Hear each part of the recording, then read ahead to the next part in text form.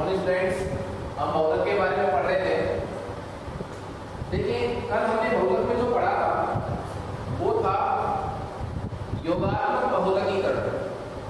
और योगात्मक बहुलकीकरण में हमारे पास जो पैटर्न था वो था मुक्त मूलक योगात्मक बहुलकीकरण। मैं आपको थोड़ा सा पहले रिवाइज करवा दूं।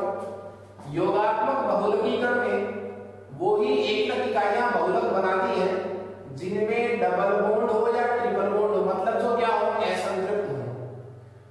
और असंतृप्त इकाई को सक्रिय बनाने के लिए जो पदार्थ चाहिए उन्हें हम प्रारंभिक पदार्थ, आरंभिक पदार्थ कहते हैं। आरंभिक पदार्थ के रूप में मुक्त मूलक हो सकता है, कार्बोकैटायन हो सकता है, सॉरी धनायन हो सकता है, या क्या हो सकता है, ऋणायन हो सकता है, जो एकलक इकाई को सक्रिय बनाएगा। इस आधार पर योगात्मक बहुलकीकरण के फिर से 3 प्रकार थे। हम पहला प्रकार पढ़ रहे थे योगात्मक बहुलकीकरण में मुक्त मूलक वाला, और मुक्त मूलक अभिक्रिया को स्टार्ट कर रहा था। हमने 3 चरणों में इसको संपन्न किया है। पहला चरण था श्रृंखला प्रारंभिक पद। उसमें सबसे पहले हमने किसी पेरोक्साइड के विखंडन से मुक्त मूलक को बनाया। उस मुक्त मूलक ने एथीन को सक्रिय बनाया और बड़ा मुक्त मूलक बना। दूसरे चरण में क्या हुआ, पहले चरण वाले मुक्त मूलक पर एथीन की इकाइयां एक के बाद एक जुड़ती जाती हैं और बड़ा मुक्त मूलक बनता है। तीसरा जो स्टेप था वो हमारा था श्रृंखला समापन पद। उसके हमने 4 तरीके आपको बताए थे। एक तरीका हमने पढ़ लिया था कि युग्मन द्वारा, युग्मन में क्या था, 2 श्रृंखलाएं परस्पर जुड़ सकती हैं। हम उसी वाले तरीके को वापस से आज रिवाइज करेंगे। कहने का मेरा मतलब है श्रृंखला समापन पद को अपन दोबारा से रिस्टार्ट करेंगे, ठीक है। देखिए मैं 3rd स्टेप पढ़ रहा था, स्टेप 3rd। स्टेप 3rd था श्रृंखला समापन पद, चेन टर्मिनेशन स्टेप। और इसके 4 तरीके थे साहब। पहला तरीका क्या था, युग्मन द्वारा, बाई कपलिंग। मैं क्या पढ़ रहा हूं, मुक्त मूलक योगात्मक बहुलकीकरण का समापन पढ़ रहा हूं। पहला तरीका क्या है, श्रृंखला संचरण पद से जो चेन आ रही थी उसका डायग्राम देखिए, ये था C6H5 CH2 CH2 CH2 CH2 का होल N और CH2 CH2 मुक्त मूलक। ये कहां से बना था, दूसरे स्टेप में, अंतिम उत्पाद ये था। इस तरह की बनी हुई 2 श्रृंखलाएं, हजारों श्रृंखलाएं होती हैं, कोई 2 श्रृंखलाएं विपरीत सिरे से आकर जुड़ सकती हैं। तो इसी तरह की आपको एक और चेन जोड़नी है, C6H5 CH2 CH2 CH2 CH2 का होल N CH2 CH2 मुक्त मूलक। इस तरह इस विधि में क्या होता है कि समापन कैसे हो सकता है, बनी हुई श्रृंखला ये आपस में बंध बना लेंगे, इस इलेक्ट्रॉन से इलेक्ट्रॉन से। तो क्या बन जाएगा जी, देखिए C6H5 CH2 CH2 CH2 CH2 का whole N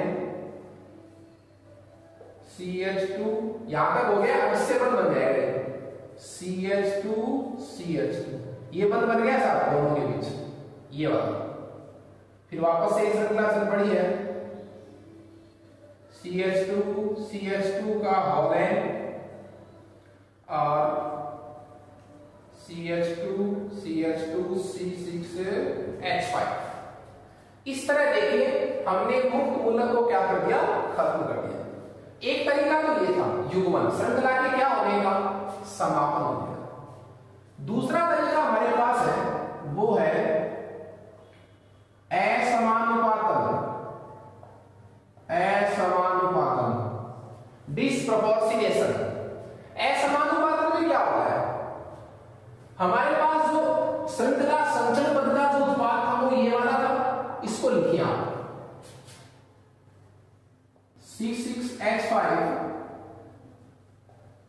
CH2 CH2 CH2 CH2 का होल एन और CH2 CH2 ये बना था कि कौन से स्टेप में बना था? ये श्रृंखला संचरण पद में।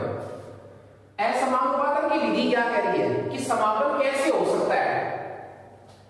एक श्रृंखला से हाइड्रोजन निकल जाए, दूसरी श्रृंखला पर आ जाए, तो एक और चेन लेनी पड़ेगी। इसी तरह से हमें लिखिए C6H5 CH2 CH2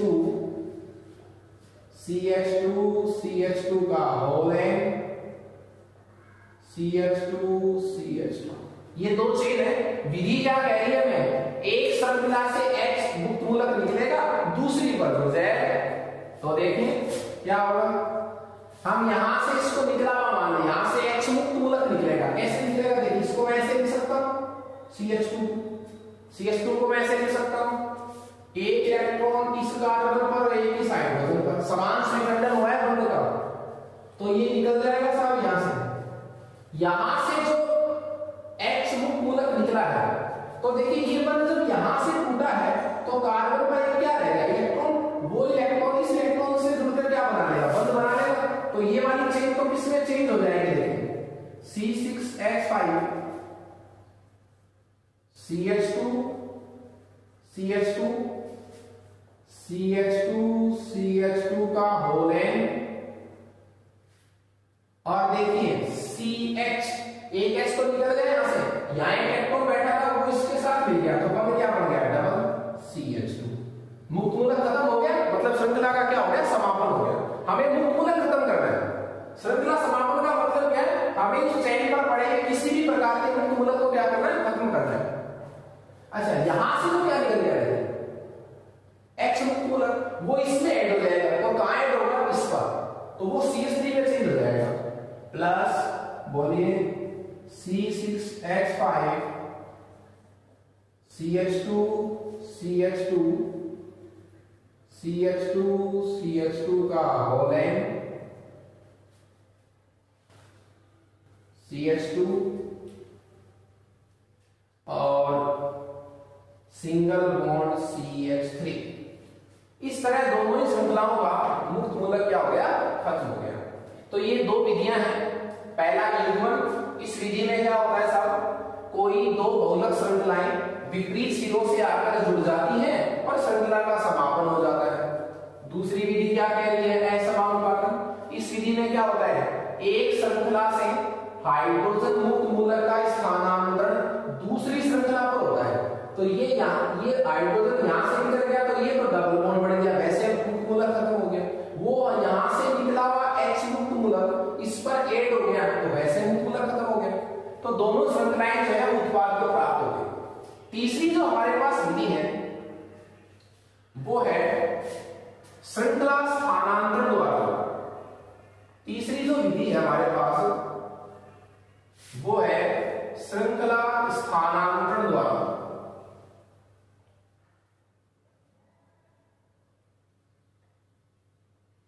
श्रृंखला स्थानांतरण द्वारा तीसरी जो विधि है समापन की वो है चेन ट्रांसफर द्वारा। श्रृंखला स्थानांतरण द्वारा ये तीसरी मेथड है। देखिए इसमें क्या होगा, हमारे पास दूसरे चरण से यही श्रृंखला प्राप्त हुई थी C6H5 CH2 CH2, यही श्रृंखला बनी थी हमारे पास दूसरे स्टेप में। यह विधि क्या कह रही है कि इस बहुलक श्रृंखला का समापन किसके द्वारा होगा? जिस पदार्थ के द्वारा होगा वो कहलाएगा श्रृंखला अंतरण कर्मक, चेन ट्रांसफरिंग एजेंट। मैं आपको फिर कह रहा हूं, श्रृंखला स्थानांतरण द्वारा जब आप समापन करेंगे तो श्रृंखला स्थानांतरण में जिस पदार्थ के आयन के द्वारा ये समापन होगा उसका नाम क्या होगा? श्रृंखला अंतरण कर्मक। कौन कौन हो सकता है ये काम? कौन कौन कर सकता है इस बहुलक की क्या कर सकती है, एकलक इकाई भी इसका समापन कर सकती है। किसका? श्रृंखला अंतरण कर्मक का कार्य कौन कौन कर सकता है? एकलक कर सकते हैं। प्रारंभिक पदार्थ जो आपने लिया था सक्रिय बनाने के लिए वो कर सकता है, या फिर माध्यम विलायक कर सकता है। वापस से रिवाइज कर रहा हूं, श्रृंखला स्थानांतरण द्वारा। इस विधि में श्रृंखला का समापन किसके द्वारा किया जाता है? श्रृंखला अंतरण कर्मक द्वारा। और श्रृंखला अंतरण कर्मक का काम कौन कौन कर सकते हैं? एकलक कर सकता है, प्रारंभिक पदार्थ कर सकता है, विलायक कर सकता है। एकलक कौन? इसमें एकलक कौन था? एक ही तो एकलक। प्रारंभिक पदार्थ कौन था? मुक्त मूलक, वो कर सकता है, या विलायक माध्यम कर सकता है। लेकिन ज्यादातर जो चांस है वो किसके रहते हैं? विलायक। विलायक ही किसका काम करता है? श्रृंखला अंतर कर्मक का। उसका रीजन क्या है? क्योंकि जब अभिक्रिया समापन की तरफ होती है, अभिक्रिया जब समाप्ति की ओर होती है, तो एकलक इकाइयों की सांद्रता तो वैसे कम हो जाती है, क्योंकि अभिक्रिया लगभग किसकी तरफ जा रही है? समापन की तरफ जा रही है। तो जितनी एकलक इकाइयां आपने यूज की है वो तो लगभग समाप्ति की ओर होती है। प्रारंभिक पदार्थ वैसे ही कम लिया जाता है। क्यों? इसका तो इतना सा काम था कि जो हमने एकलक इकाई ली है उसको क्या बनाता है? सक्रिय बनाता है। तो ये तो वैसे ही कम लेते हैं अपन, ये वैसे कम हो जाते हैं जब अभिक्रिया समाप्ति की ओर होती है। तो बच क्या गया? विलायक। इसलिए जब भी श्रृंखला का समापन श्रृंखला अंतरण कर्मक द्वारा होता है तो ये काम कौन करता है? विलायक करता है। तो विलायक लिख सकता हूं मैं बेंजीन C6H6 को ऐसे लिख सकता हूं, बेंजीन माध्यम विलायक। तो देखते हैं यहां से H मुक्त मूलक आ जाएगा, ये हो जाएगा C6H5 CH2 CH2 CH2 CH2 का होल एन CH2 CH3 3 कैसे हो गया? यहां से मुक्त मूलक H मुक्त मूलक आया, इस पर जुड़ गया, तो वो क्या बच गया? C6H5 मुक्त मूलक। ये बंध भी कैसे टूटा है? समान तरीके से। इस तरह श्रृंखला का क्या हो गया? समापन। इसके बाद हमारे पास समापन की फोर्थ जो मेथड है वो है निरोधक द्वारा, इनहिबिटर्स।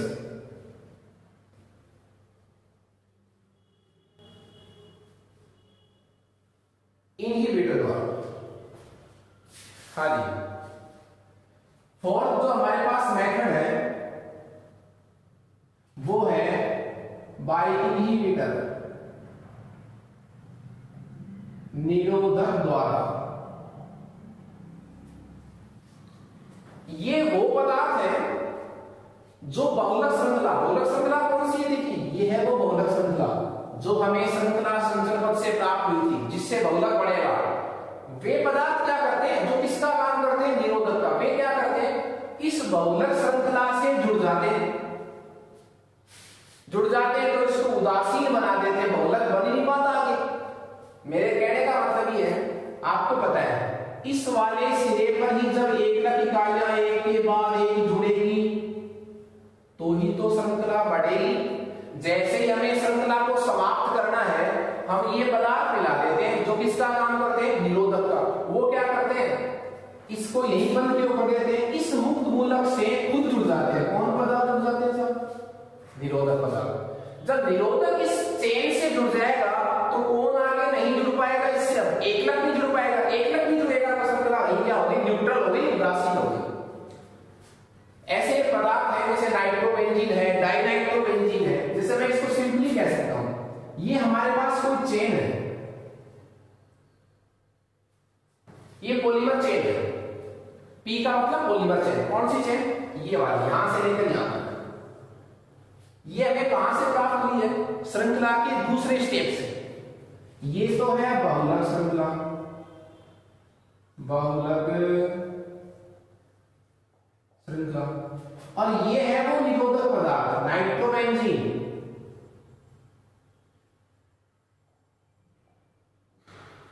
ये है नाइट्रोबेंजीन, जो किसका काम कर रहा है, निरोधक का।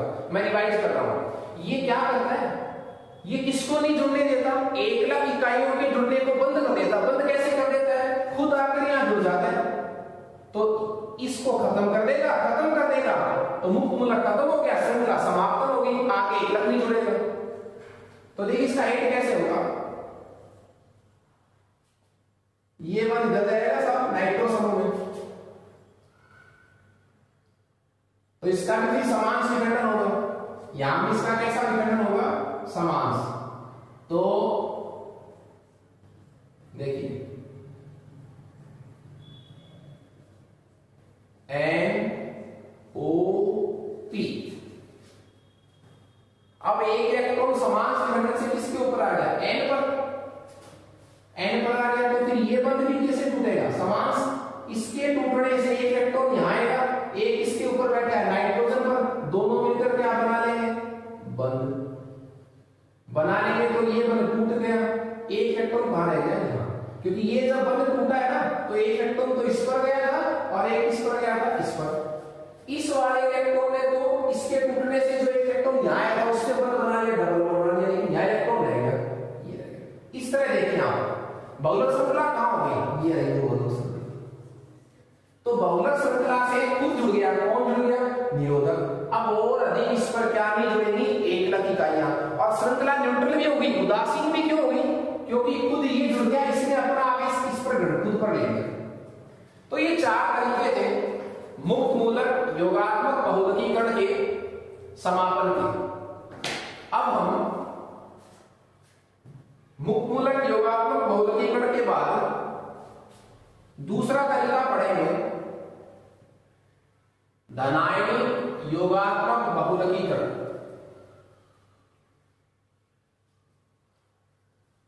सभी का जो पैटर्न है वो एक जैसा ही है, 3 चरण होंगे, संचरण, प्रारंभिक और समापन। तरीके अलग अलग होंगे, पहचान कैसे होगी, ये सब अपन अभी देखेंगे। मैं आपको एक बार पहले ले चलता हूं, हमने क्या पढ़ा था, मुक्त मूलक योगात्मक बहुलकीकरण। पढ़ क्या रहे थे वैसे नॉर्मली, योगात्मक बहुलकीकरण, जो एकलक इकाइयां एक के बाद एक जुड़ जाती है, छोटे अणुओं का निष्कासन नहीं होता, और वे ही योगात्मक बहुलकीकरण करती हैं जिनमें डबल बॉन्ड या क्या होता है, ट्रिपल बॉन्ड। लेकिन यदि उस असंतृप्त एकलक इकाई में कोई समूह ऐसा जुड़ा हुआ हो जो इलेक्ट्रॉन आकर्षी हो या इलेक्ट्रॉन प्रतिकर्षी हो, मतलब प्लस आई प्रभाव का जुड़ा हुआ हो या माइनस आई प्रभाव का, तो फिर उस एकलक इकाई को सक्रिय बनाने के लिए मुक्त मूलक नहीं चाहिए। तो हमारे पास इसमें सेकंड ऑप्शन था क्रियाविधि में, और वो था धनायनिक योगात्मक बहुलकीकरण।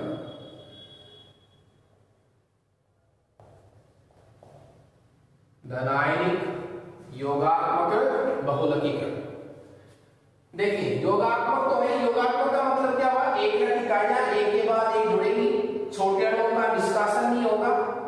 और आपको पता है जो एकलक इकाइयां योगात्मक बहुलकीकरण करेंगी उनमें डबल बॉन्ड और क्या होंगे, ट्रिपल बॉन्ड होंगे।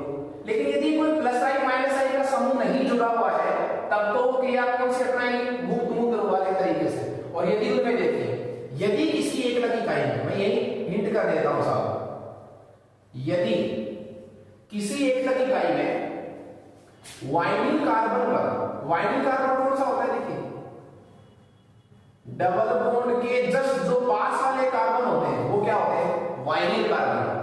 यदि किसी वाइनिल कार्बन पर ऐसा समूह जुड़ा हुआ हो, ग्रुप जी समूह है, ग्रुप जुड़ा हुआ हो, जो कैसा हो, जो कैसा हो, यहां जी जो है वो इलेक्ट्रॉन प्रतिकर्षी समूह है। यहां जी क्या है, इलेक्ट्रॉन प्रतिकर्षी समूह है। ये चीज वहां नहीं थी मुक्त मूलक में। मुक्त मूलक में क्या था, एथीन था, उसमें डबल बॉन्ड था पर कोई समूह नहीं जुड़ा हुआ था। यहां देखिए आप वाइनिल कार्बन से मतलब इस कार्बन से डबल बॉन्ड के पास वाले से क्या जुड़ा हुआ है, ऐसा समूह जुड़ा हुआ है जो कैसा है, प्रतिकर्षी। अब प्रतिकर्षी समूह जुड़ा हुआ है तो इस एकलक को सक्रिय बनाने का काम मुक्त मूलक नहीं कर सकता, कौन करेगा, धनायन करेगा। यदि यही जी कैसा होता इलेक्ट्रॉन आकर्षित करने वाला होता तो इसको सक्रिय बनाने के लिए हमें धनायन नहीं ऋणायन चाहिए होता। तो आपके पास पहचान हो गई है कि ऐसी कौन सी एकलक इकाइयां हैं जो धनायन द्वारा उत्प्रेरित होती हैं, प्रोटॉन द्वारा उत्प्रेरित होती हैं। तो उसके लिए हमारे पास पहचान क्या है कि यदि एकलक इकाई के वाइनिल कार्बन पर कोई ऐसा समूह जुड़ा हुआ हो जो इलेक्ट्रॉन क्या हो, प्रतिकर्षी हो, तो ये तरीका अपनाना पड़ेगा। देखिए इस अभिक्रिया में चूंकि हमें क्या चाहिए, धनायन चाहिए। क्यों चाहिए, एकलक को सक्रिय बनाने के लिए। और एकलक को सक्रिय बनाने के लिए इस बार क्या चाहिएगा, धनायन चाहिएगा, प्रोटॉन चाहिएगा। वो कहां से आएगा, किसी अम्ल से, किसी अम्ल से आएगा। तो अम्ल से आएगा तो इसी धनायनिक योगात्मक बहुलकीकरण का एक नाम और भी हो सकता है, अम्ल उत्प्रेरित धनायनिक बहुलकीकरण। देखिए यह भी उसी तरह 3 चरणों में संपन्न होगी। इसका जो फर्स्ट स्टेप है वो क्या होगा, उसी तरह बताइए, श्रृंखला प्रारंभिक पद, श्रृंखला प्रारंभिक पद। पहले देखिए किसको जनरेट करना पड़ेगा, धनायन को। क्यों जनरेट करना पड़ेगा, क्योंकि जो एकलक इकाइयां बहुलक बनाएंगे ना उनको एक्टिव कौन करेगा, कोई धनायन एक्टिव करेगा। तो देखिए इसी अम्ल को लाइए, मैं अम्ल को ले रहा हूं लुईस अम्ल AlCl3, एल्यूमिनियम क्लोराइड, लुईस अम्ल लिया है। यह पहले सह उत्प्रेरक, सह उत्प्रेरक H2 किसका काम करेगा, सह उत्प्रेरक। उत्प्रेरक वैसे मेनली कौन है, AlCl3, सह उत्प्रेरक से क्रिया करेगा और क्या जनरेट करेगा, कोई ना कोई धनायन। तो देखिए AlCl3 OH, OH का माइनस यहां लिखेंगे, यहां क्या बच गया, H प्लस H। ये मिल गया हमें क्या, धनायन, या मैं क्या कह सकता हूं, कोई क्या मिल गया हमें, प्रोटॉन। ये क्यों चाहिए था, ये इस एकलक इकाई को क्या करने के लिए, सक्रिय बनाने के लिए। किस काम के प्रति सक्रिय, कि यदि इसको बहुलक बनाना है तो सक्रिय करना पड़ेगा। कौन करेगा इसको, धनायन करेगा। कैसे पता चला कि धनायन करेगा, ऋणायन नहीं करेगा, क्योंकि वाइनिल कार्बन पर कैसा समूह जुड़ा हुआ है, इलेक्ट्रॉन प्रतिकर्षी समूह। अब ये जो धनायन है ये एकलक को क्या करेगा, सक्रिय। और हमें कैसा एकलक लेना पड़ेगा, बताइए, धनायनिक योगात्मक बहुलकीकरण में कैसा एकलक ले लो जिसको धनायन एक्टिव करेगा, कि वाइनिल कार्बन पर कैसा समूह पड़ा हो, इलेक्ट्रॉन प्रतिकर्षी। तो मैं देखिए एकलक ले रहा हूं CH2 double bond CH, G की जगह मैं समूह ले लेता हूं प्रतिकर्षी समूह, मैंने मैथिल समूह ले लिया था। ये किसका काम करता है, मैथिल समूह, इलेक्ट्रॉन प्रतिकर्षी समूह का, प्लस साइन प्रभाव का समूह है।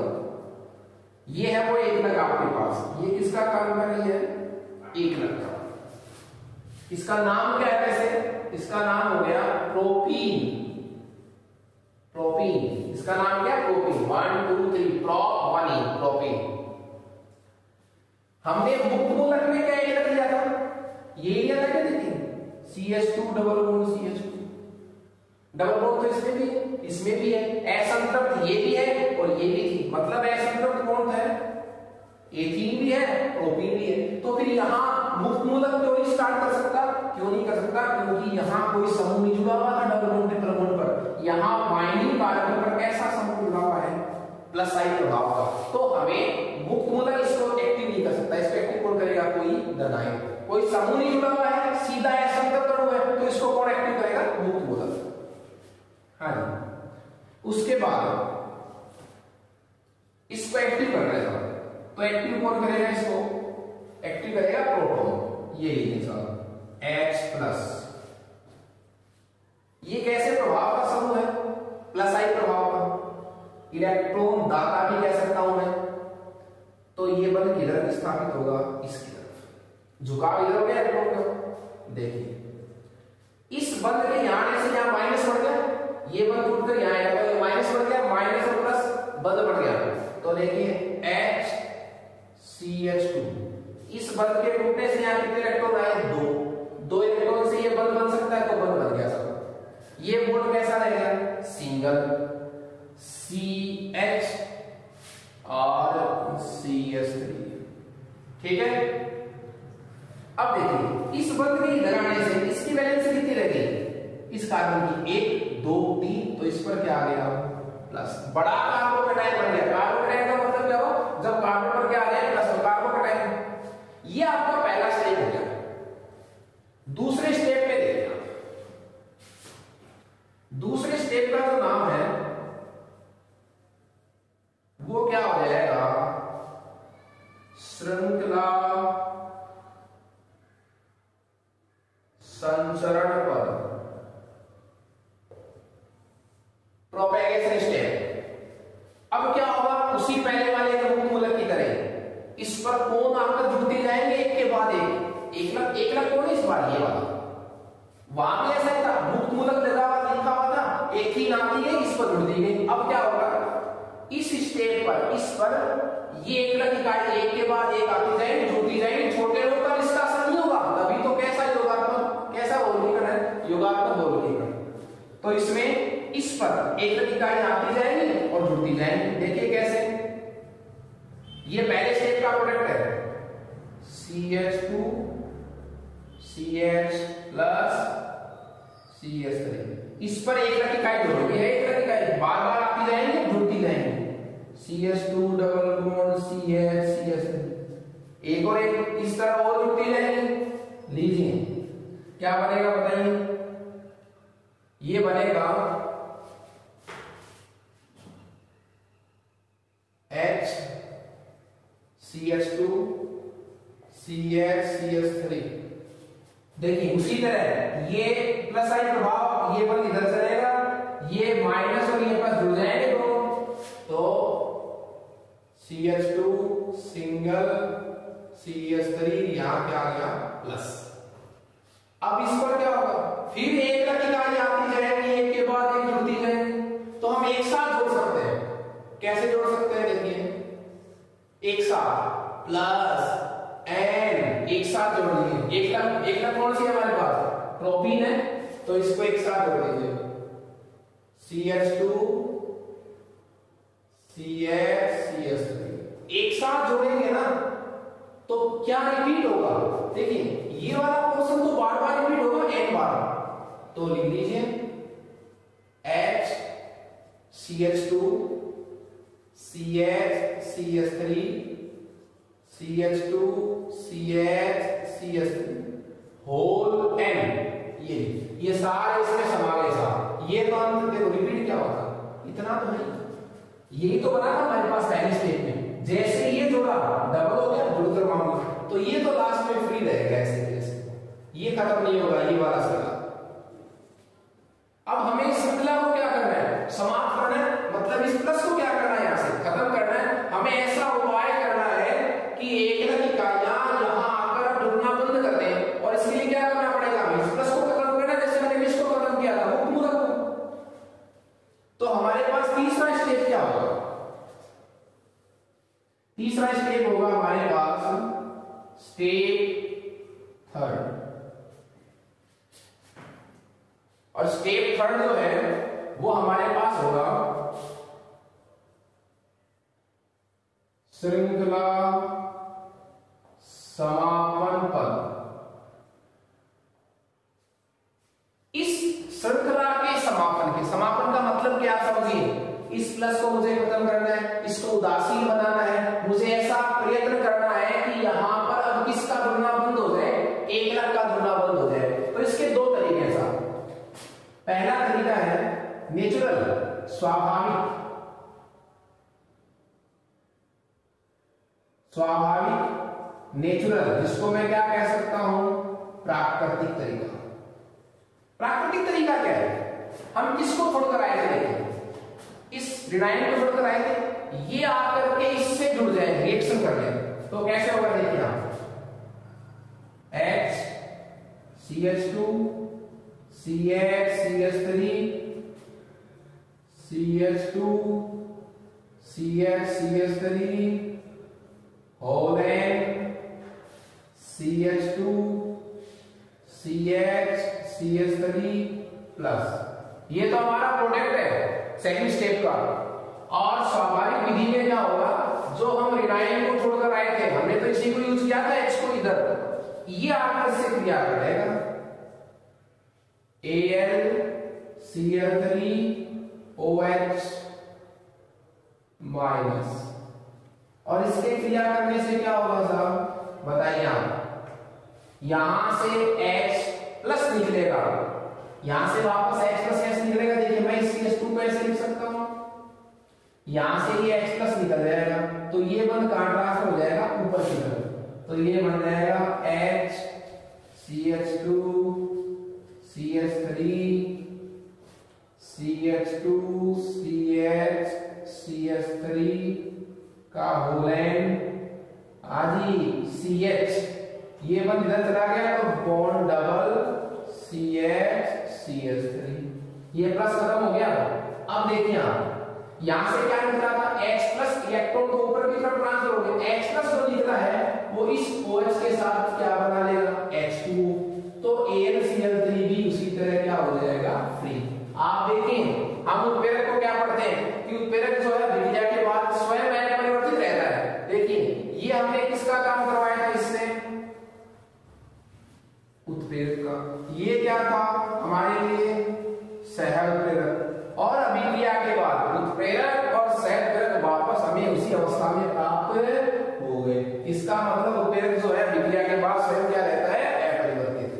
इसकी लास्ट मेथड जो है हमारे पास वो है किसी नाभिक स्नेही के द्वारा, किसी नाभिक स्नेही से।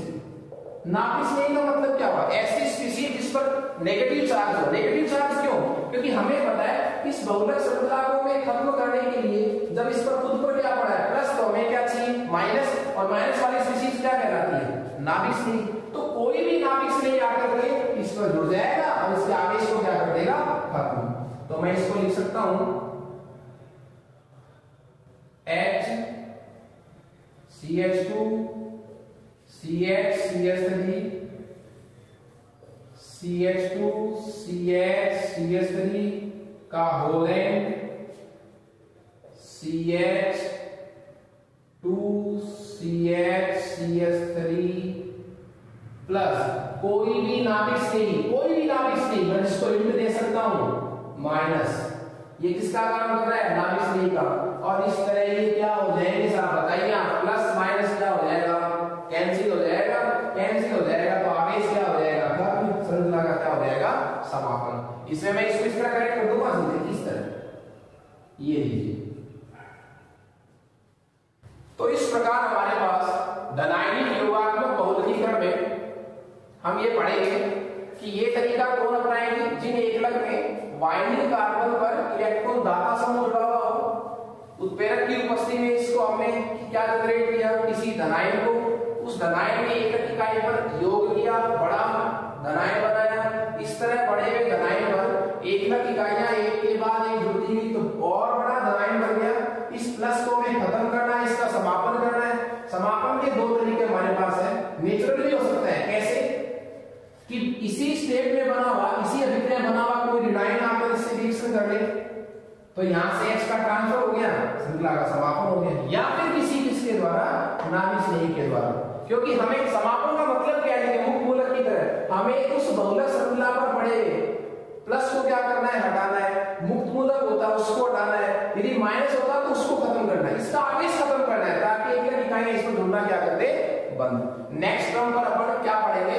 ऋणायनिक योगात्मक बहुलकीकरण। आप लोगों के पास मैंने 5th चैप्टर के 45 पेज की PDF भेज दी है, वो चैप्टर आप जब नोट्स में उतार लें उसके बाद 15 चैप्टर के नोट्स में आपको जल्दी सेंड कर दूंगा, ये आपको लिखने शुरू कर देना। ठीक है, ओके स्टूडेंट्स।